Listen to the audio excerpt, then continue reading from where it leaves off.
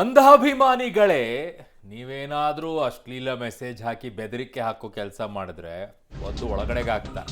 ಕರೆಕ್ಟಾಗಿ ಮಾಡಿದ್ದಾರೆ ಪೊಲೀಸರು. ಇದು ಎಲ್ಲ ಕಡೆನೂ ಆಗಬೇಕು, ಸೆಲೆಕ್ಟಿವ್ ಮಾತ್ರ ಆಗಬಾರ್ದು.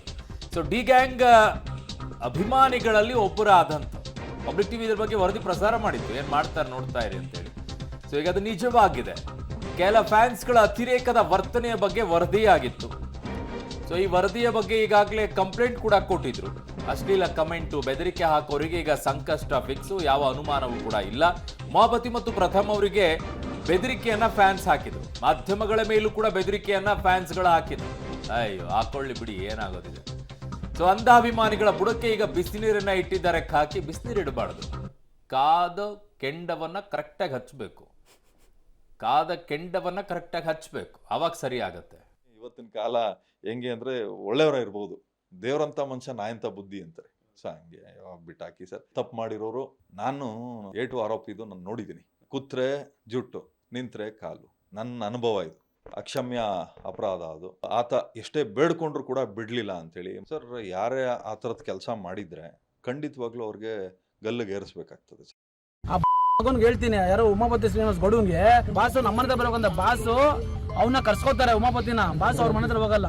ಬಾಸು ಒಳಗಡೆ ಅವ್ರ ಅಂದ್ಬಿಟ್ಟು ಬೇಜಾರು ಮಾತಾಡ್ತಾವ್. ತಗಡೆ ಪಗಡೆ ಅಂದಾಗ ಮಾತಾಡಕ್ಕೆ ಅವ್ನಿಗೆ ಏಕ್ತಿ ಇಲ್ಲ. ನನ್ನ ಮಗನ ರಾಬರ್ಟ್ ಫಿಲಮ್ ಅಲ್ಲಿ ಒಂದಕ್ಕೆ ತ್ರಿಬಲ್ ದುಡ್ಡು ತಗೊಂಡವನೇ ಅಭಿಮಾನಿಗಳ ಹತ್ರ.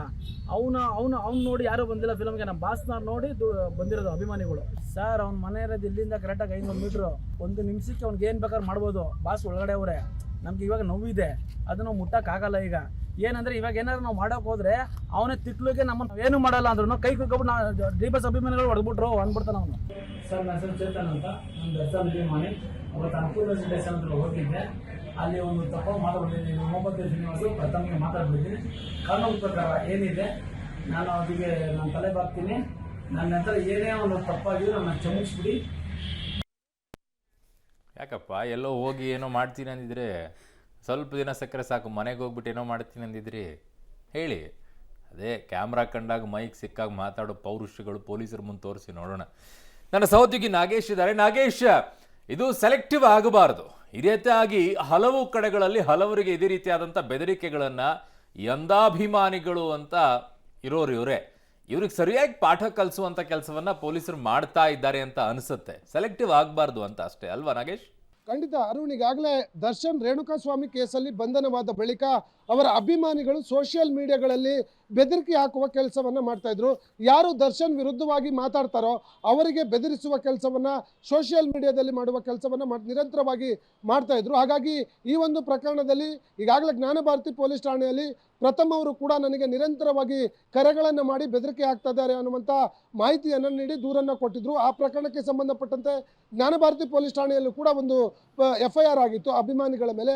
ಅದಾದ ಬಳಿಕ ಉಮಾಪತಿ ಗೌಡ ಅವರಿಗೂ ಕೂಡ ವ್ಯಕ್ತಿಯೊಬ್ಬನು ನಿರಂತರವಾಗಿ ಬೆದರಿಕೆ ಕರೆಗಳನ್ನು ಮಾಡಿ ಬೆದರಿಸ್ತಿದ್ದ ಅನ್ನುವಂಥ ಕಾರಣಕ್ಕೆ, ಜೊತೆಗೆ ಅಭಿಮಾನಿಗಳಿಗೆ ಪ್ರವೋಕ್ ಮಾಡುವಂತಹ ಸ್ಟೇಟ್ಮೆಂಟ್ಗಳನ್ನು ಮಾಡಿ ಸೋಷಿಯಲ್ ಮೀಡಿಯಾಗಳಲ್ಲಿ ಅಪ್ಲೋಡ್ ಮಾಡ್ತಿದ್ದಾನೆ ಅನ್ನುವಂಥ ಆರೋಪವನ್ನು ಮಾಡಿ ಬಸವೇಶ್ವರ ನಗರ ಪೊಲೀಸ್ ಠಾಣೆಗೆ ಒಂದು ದೂರನ್ನು ಕೊಟ್ಟಿದ್ರು. ಉಮಾಪತಿ ಕೊಟ್ಟವರ ದೂರಿನ ಆಧಾರದ ಮೇಲೆ FIR ದಾಖಲಿಸಿಕೊಂಡಿದ್ದಂಥ ಬಸವೇಶ್ವರ ನಗರ ಪೊಲೀಸರು ಯಾರು ಬೆದರಿಕೆ ಹಾಕಿ ಅಭಿಮಾನಿಗಳನ್ನು ಪ್ರವೋಕ್ ಮಾಡಲಿಕ್ಕೆ ಪ್ರಯತ್ನವನ್ನು ಪಡ್ತಿದ್ನೋ ಆತನನ್ನು ಬಸವೇಶ್ವರ ನಗರ ಪೊಲೀಸರು ಬಂಧಿಸಿ ಸ್ಟೇಷನ್ ಬೇಲ್ ಮೇಲೆ ಬಿಡುಗಡೆ ಮಾಡಿದ್ದಾರೆ ಅನ್ನುವಂಥ ಮಾಹಿತಿ ಇರುವಂಥದ್ದು. ಜೊತೆಗೆ ಈಗಾಗಲೇ ಅಭಿಮಾನಿಗಳನ್ನು ಕೆರಳಿಸುವಂಥ ಸ್ಟೇಟ್ಮೆಂಟ್ಗಳನ್ನು ಮಾಡಿ ಸೋಷಿಯಲ್ ಮೀಡಿಯಾಗಳಲ್ಲಿ ಅಪ್ಲೋಡ್ ಮಾಡ್ತಿದ್ದಂಥ ಚೇತನನ್ನು ಬುದ್ಧಿ ಕಲಿಸುವ ಕೆಲಸವನ್ನು ಬಸವೇಶ್ವರ ನಗರ ಪೊಲೀಸರು ಮಾಡಿರುವಂಥದ್ದು. ಅದೇ ಜೊತೆಗೆ ಇದೇ ರೀತಿಯ ಶಿವಮೊಗ್ಗ ಮೂಲದ ವ್ಯಕ್ತಿಯೊಬ್ಬ ಸ್ಟೇಟ್ಮೆಂಟ್ ಮಾಡ್ತಿದ್ದಾನೆ ಅನ್ನುವಂಥ ಆರೋಪವನ್ನು ಮಾಡಿ ಅಲ್ಲೂ ಕೂಡ ಕಂಪ್ಲೇಂಟನ್ನು ಕೊಡಲಾಗಿದೆ. ಆತನಿಗೂ ಕೂಡ ಬಸವೇಶ್ವರ ನಗರ ಪೊಲೀಸರು ಹುಡುಕಾಟವನ್ನು ನಡೆಸ್ತಿದ್ದಾರೆ ಅನ್ನುವಂಥ ಮಾಹಿತಿ ಇರುವಂಥದ್ದು. ಹಾಗಾಗಿ ಇನ್ನು ಮುಂದಾದರೂ ಈ ಅಂಧ ಅಭಿಮಾನಿಗಳ ಈ ಒಂದು ಬೆದರಿಕೆ ಕೆಲಸಗಳು ನಿಲ್ಲುತ್ತವೆ ಅನ್ನುವಂಥದ್ದು ಕಾದು ನೋಡಬೇಕು ಅರುಣ್. ಸೊ ಯಾವ ರೀತಿಯಾದಂಥ ಮನಸ್ಥಿತಿಗಳಿಗಿರ್ತಾರೆ ನೋಡಿ. ರಾಜ್ಕುಮಾರ್ ಅವರು ಅಭಿಮಾನಿಗಳೇ ದೇವರು ಅಂತ ಅಂದರೆ ಆವಾಗ ಅಭಿಮಾನಿಗಳು ಹೇಗೆ ಮೆರೆಸಿದ್ರು ಅಂತ ನೋಡಿ. ಇಲ್ಲಿ ನೀನೇ ದೇವರು ಅಂಥೇಳಿ ಅಭಿಮಾನಿಗಳು ಹೋದರು. ಅದರ ಫಲಿತಾಂಶ ಏನು ನೀವೇ ನೋಡಿ. ಈ 4 ಕೇಸ್ಗಳಲ್ಲಿ ತೋರಿಸಿದ್ದೀವಲ್ಲ, ಯಾರೆಲ್ಲ ಆರೋಪಿಗಳು ಜೈಲಿನಲ್ಲಿದ್ದಾರಲ್ಲ ಅವ್ರ ಕುಟುಂಬದ ಪರಿಸ್ಥಿತಿ ಏನಂತ ಒಂದ್ಸಲ ನೋಡ್ಕೊಳ್ಳಿ. ಅದನ್ನು ತೋರಿಸಿದ್ದೀವಿ. ಅಂಥವ್ರು ಹೋಗಿ ನೀವು ಇವ್ರಿಗೆ ಜೈ ಜೈ ಜೈ ಜೈ ಅಂದ್ಕೊಂಡು ಹೋಗ್ತೀರಿ. ನಿಮ್ಮ ಅಪ್ಪ ಅಮ್ಮನಿಗೆ ಜೈ ಅನ್ರಿ ಸಾಕು, ಆಮೇಲೆ ಉಳಿದವ್ರಿಗೆ ಜೈ ಅನ್ನೋ ಅಂತ್ರಿ. ಅಪ್ಪ ಅಮ್ಮನಿಗೋಸ್ಕರ ಒಂದ್ಸಲ ಆದರೂ ಹಿಂಗೆ ಮಾಡಿದ್ದೀರಾ? ಯಾವತ್ತಾದರೂ ಮಾಡಿದ್ದೀರಾ? ನಿಮ್ಮನ್ನು ನೀವೇ ಪ್ರಶ್ನೆ ಮಾಡ್ಕೊಂಡು ಕೇಳ್ಕೊಳ್ಳಿ.